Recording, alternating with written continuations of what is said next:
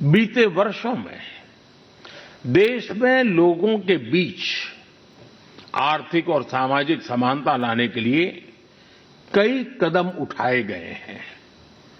बीते 10 वर्षों में 53 करोड़ से ज्यादा ऐसे भारतीयों का बैंक खाता खुला है जो बैंक के दरवाजे तक नहीं पहुंच पाते थे।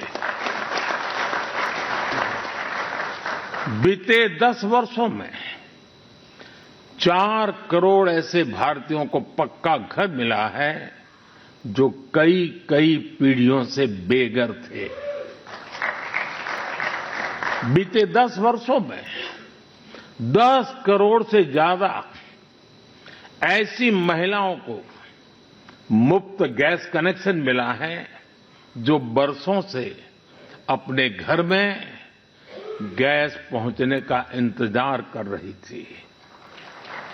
हमें आज के जीवन में बहुत आसान लगता है कि घर में नल खोला और पानी आ गया, लेकिन देश में आजादी के 75 साल बाद भी सिर्फ 3 करोड़ घर ही ऐसे थे जिनमें नल से जल आता था। करोड़ों लोग तब भी अपने घर में नल से जल का इंतजार कर रहे थे।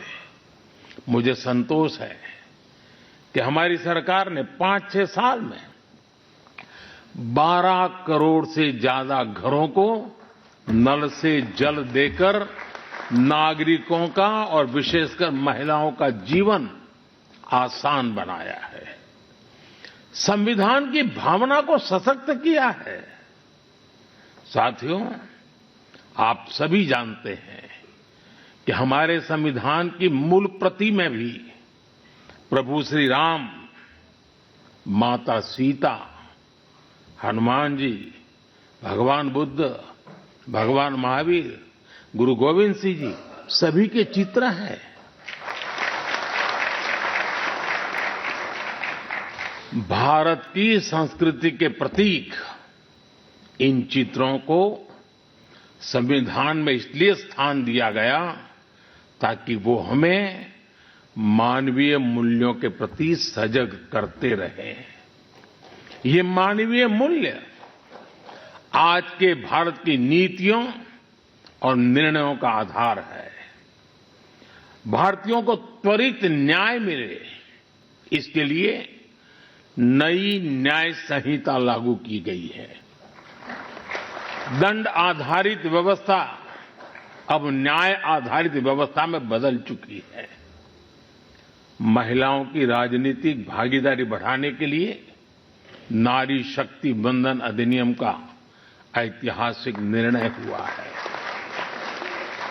हमने थर्ड जेंडर को उनकी पहचान और उनका हक दिलाने के लिए भी कदम उठाए हैं। हमने दिव्यांगजनों के जीवन को आसान बनाने के लिए भी व्यवस्थाएं बनाई हैं। साथियों, आज देश का बहुत ज्यादा जोर देश के नागरिकों की ईज ऑफ लिविंग पर है। एक समय था जब पेंशन पाने वाले सीनियर सिटीजन्स को बैंक में जाकर साबित करना होता था कि वो जीवित है। आज सीनियर सिटीजन्स को घर बैठे ही डिजिटल लाइफ सर्टिफिकेट्स की सुविधा मिल रही है। करीब 1.5 करोड़ सीनियर सिटीजन्स अब तक इस सुविधा का लाभ उठा चुके हैं। आज भारत वो देश है जो हर गरीब परिवार को 5 लाख रुपए तक के मुफ्त इलाज की सुविधा देता है।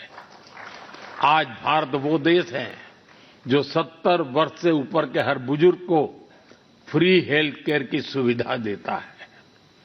देश के हजारों जन औषधि केंद्रों पर आज 80% डिस्काउंट पर सस्ती दवाइयां मिल रही हैं।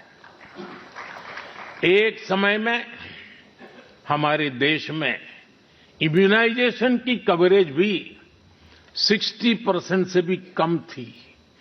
करोड़ों बच्चे हर साल टीकाकरण से छूट जाते थे। आज मुझे संतोष है कि अब मिशन इंद्रधनुष की वजह से भारत में इम्यूनाइजेशन की कवरेज 100% पहुंच रही है।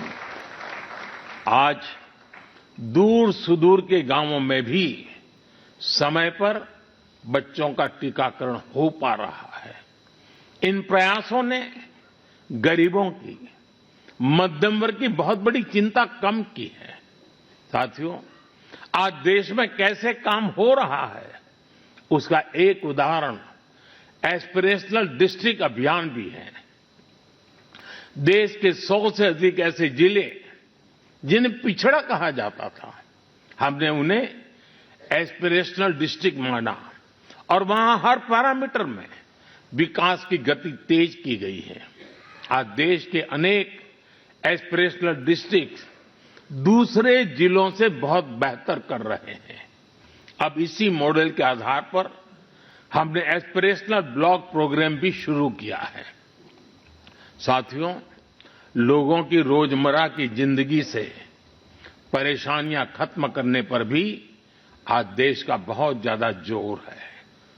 कुछ साल पहले तक भारत में 2.5 करोड़ घर ऐसे थे जो शाम होते ही अंधेरे में डूब जाते थे।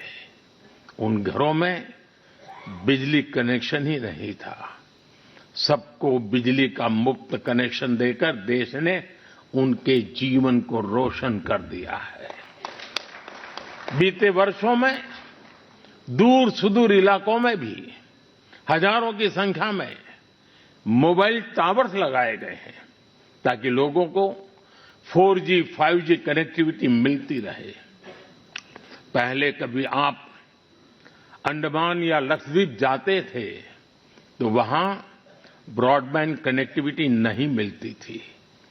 आज अंडर वाटर ऑप्टिकल फाइबर ने ऐसे द्वीपों तक भी अच्छी स्पीड वाला इंटरनेट पहुंचा दिया है। हमारे यहां गांव के घरों, गांव की जमीन से जुड़े कितने विवाद होते रहे हैं, ये भी हम भली-भांति जानते हैं। पूरी दुनिया में विकसित देशों के सामने भी लैंड रिकॉर्ड एक बहुत बड़ा चैलेंज रहा है, लेकिन आज का भारत इसमें भी लीड ले रहा है। पीएम स्वामित्व योजना के तहत आज गांव के